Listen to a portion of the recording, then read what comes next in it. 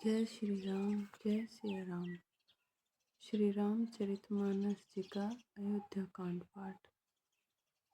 ओम श्री गणेशाय नमः।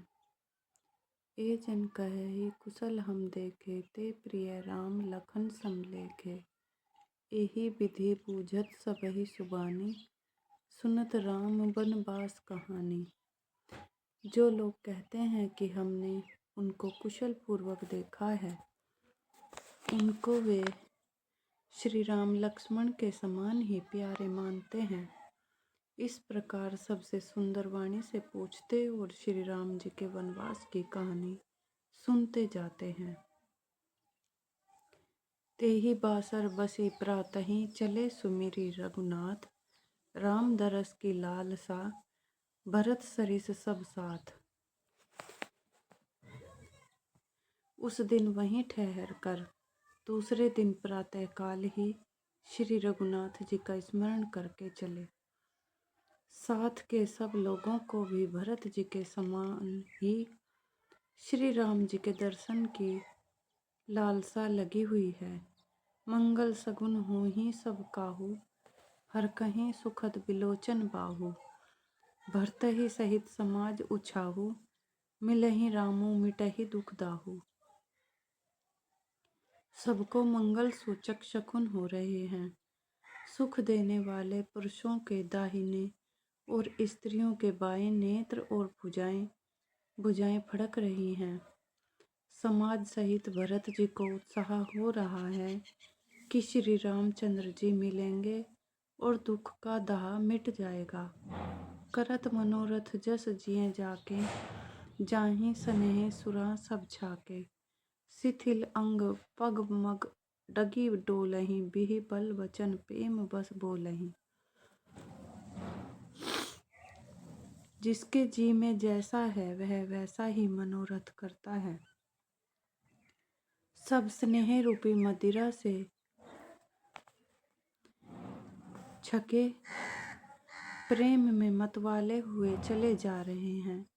अंग शिथिल हैं, रास्ते में पैर डगमगा रहे हैं और प्रेम वश विहल वचन बोल रहे हैं। राम सखा तेहि समय दिखावा, सैल शिरोमणि सहज सुहावा। जासु समीप सरित पै तीरा, सिय समेत बसहि दो बीरा।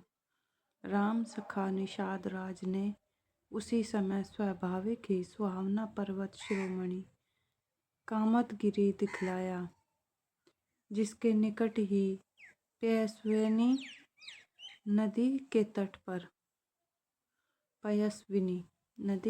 पर सीता जी समेत दोनों भाई निवास करते हैं। देखी करहीं सब दंड प्रणामा, कही जय जानकी जीवन रामा। प्रेम मगन असराज समाजू, जनु फिरी अवध चले रघुराजू। सब लोग उस पर्वत को देखकर जानकी जीवन श्री रामचंद्र जी की जय हो ऐसा कहकर दंडवत प्रणाम करते हैं। राज समाज प्रेम में ऐसा मग्न है मानो श्री राम जी अयोध्या को लौट चले हों। भरत प्रेमु तेहि समय जस तस कही सकई न, सेसु कवहि अगम जिमि ब्रह्म सुख, आहा मम मलिन जनेषु। भरत जी का उस समय जैसा प्रेम था वैसा शेष जी भी नहीं कह सकते। कवि के लिए तो वह वैसा ही अगम है जैसा अहंता और ममता से मलिन मनुष्यों के लिए ब्रह्मानंद। सकल स्नेह शिथिल रघुवर के, गए कोस दुई दिन कर ढर के। जलु थलु देखी बसे निशि बीते, कीन्ह गवन रघुनाथ फिरीते। सब लोग श्री रामचंद्र जी के प्रेम के मारे शिथिल होने के कारण सूर्यास्त होने तक दिन भर में 2 ही कोस चल पाए और जल स्थल का सुपार्श देख कर रात को वहीं बिना खाए पिए ही रह गए। रात बीतने पर श्री रघुनाथ जी के प्रेमी भरत जी ने आगे गमन किया। उहाँ रामू रजनी अवशेषा, जागे सिंह सपन अस देखा। सहित समाज भरत जनु आए, नाथ वियोग ताप तनताए। उधर श्री रामचंद्र जी रात शेष रहते ही जागे।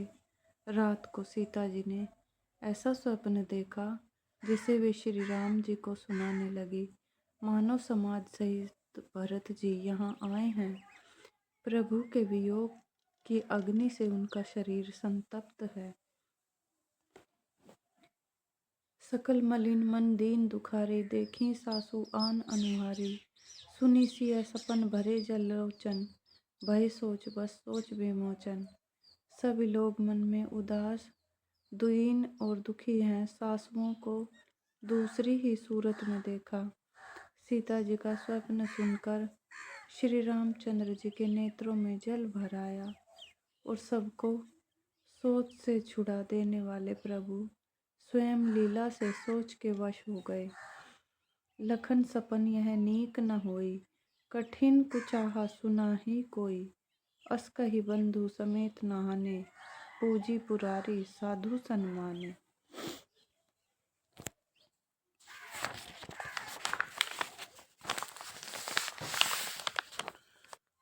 और बोले, लक्ष्मण यह स्वप्न अच्छा नहीं है। कोई भीषण कुसमाचार, बहुत ही बुरी खबर सुनावेगा। ऐसा कहकर उन्होंने भाई सहित स्नान किया और त्रिपुरारी महादेव जी का पूजन करके साधुओं का सम्मान किया। सन्मानी सुरमुनि बंदी बैठे उत्तर दिशि देखत भये। नभ धूरी खगमृग भूरी भागे, बिकल प्रभु आश्रम गए। तुलसी उठे अवलोकी कारनु, कहा चित से चकित रहे। सब समाचार की रात को लहिन, आई ते ही अवसर कहे। देवताओं का सम्मान पूजन और मुनियों की वंदना करके श्री रामचंद्र जी बैठ गए और उत्तर दिशा की ओर देखने लगे। आकाश में धूल छा रही है। बहुत से पक्षी और पशु व्याकुल होकर भागे हुए प्रभु के आश्रम को आ रहे हैं। तुलसीदास जी कहते हैं कि प्रभु श्री रामचंद्र जी यह देख कर उठे और सोचने लगे कि क्या कारण है। वे चित्त में आश्चर्य युक्त हो गए। उसी समय कोल भीलों ने आकर सब समाचार कहे। सुनत सुमंगल बैन मन प्रमोद, तनक पुलक भर। शरद सरोरु नैन तुलसी, भरे सनहि जल। तुलसीदास जी कहते हैं कि सुंदर मंगल वचन सुनते ही श्री राम जी के मन में बड़ा आनंद हुआ। शरीर में पुलकावली छा गई और शरद ऋतु के कमल के समान नेत्र प्रेमाश्रुओं से भर गए। बहुरी सोच बस बेसियर वनु, कारण कवन भरत आगवनु। एक आई अस कहा बहुरी, सेन संग चतुरंग न थोरी। सीतापति श्री रामचंद्र जी पुनः सोच के वश हो गए कि भरत के आने का क्या कारण है। फिर एक ने आकर ऐसा कहा कि उनके साथ में बड़ी भारी चतुरंगिणी सेना भी है। सो सुनी राम ही भा अति सोचू, इत पितु बच इत बंधु सकोचू। भरत स्वभाव समुझी मन माही, प्रभु चित हित तिथि पावत नाही। यह सुनकर श्री रामचंद्र जी को अत्यंत सोच हुआ। इधर तो पिता के वचन और इधर भाई भरत जी का संकोच। भरत जी के स्वभाव को मन में समझकर तो प्रभु श्री रामचंद्र जी चित्त को ठहराने के लिए कोई स्थान ही नहीं पाते हैं। समाधान तब भा यह जाने, भरत कहे महु साधु सयाने। लखन लखेउ प्रभु हृदय खवारू, कहत समय समनीति विचारू। तब यह जानकर समाधान हो गया कि भरत साधु और सयाने हैं तथा मेरे कहने में आज्ञाकारी हैं।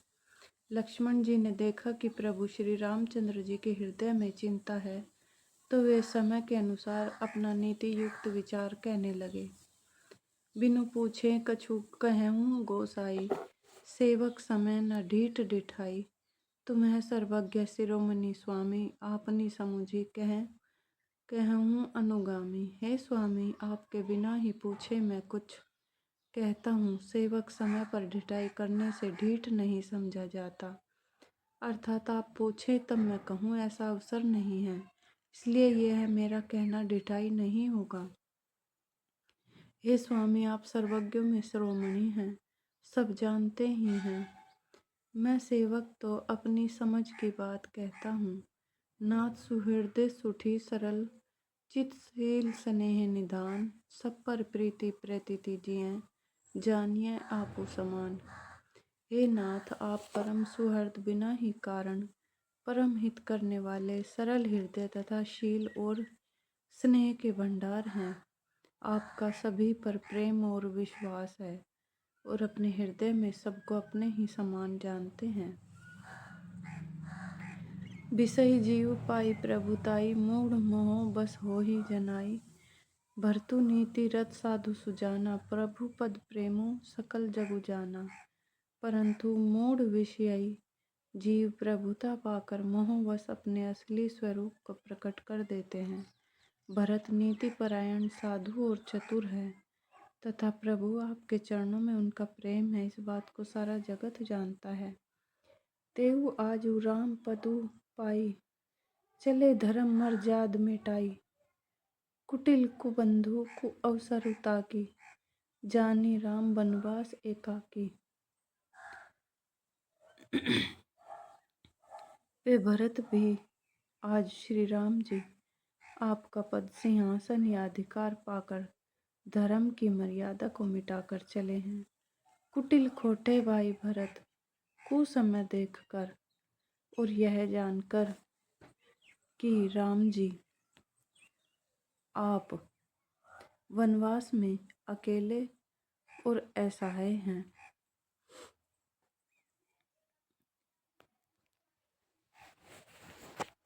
जय श्री राम, जय सिया राम।